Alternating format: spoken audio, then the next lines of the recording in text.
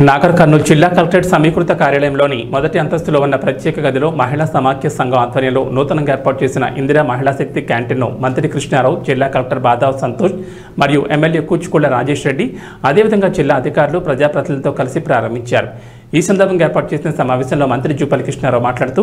తెలంగాణ రాష్ట్ర ప్రభుత్వం అధికారంలోకి వచ్చిన వెంటనే ఎన్నికల మేనిఫెస్టోలో రూపొందించిన హామీలను నెరవేర్చే క్రమంలో భాగంగా రాష్ట్ర వ్యాప్తంగా మహిళలకు ఉచిత ప్రయాణ సౌకర్యం, అదేవిధంగా అర్హులైన రైతులకు రుణమాఫీ లాంటి ఎన్నో పథకాలను ప్రజలకు అందిస్తుందని, ఇక రాబోయే రోజుల్లో కూడా నిరుద్యోగ యువతకు, విద్యార్థులకు, మహిళలకు అవసరమైన అన్ని అభివృద్ధి సంక్షేమ పథకాలను రూపొందించడం జరుగుతుందని,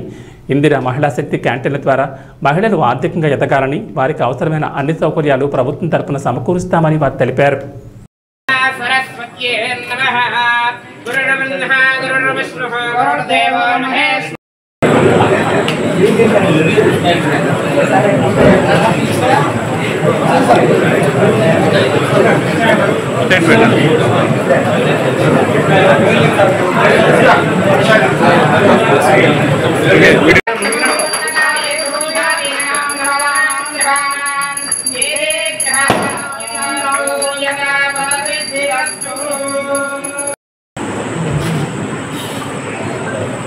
Huh?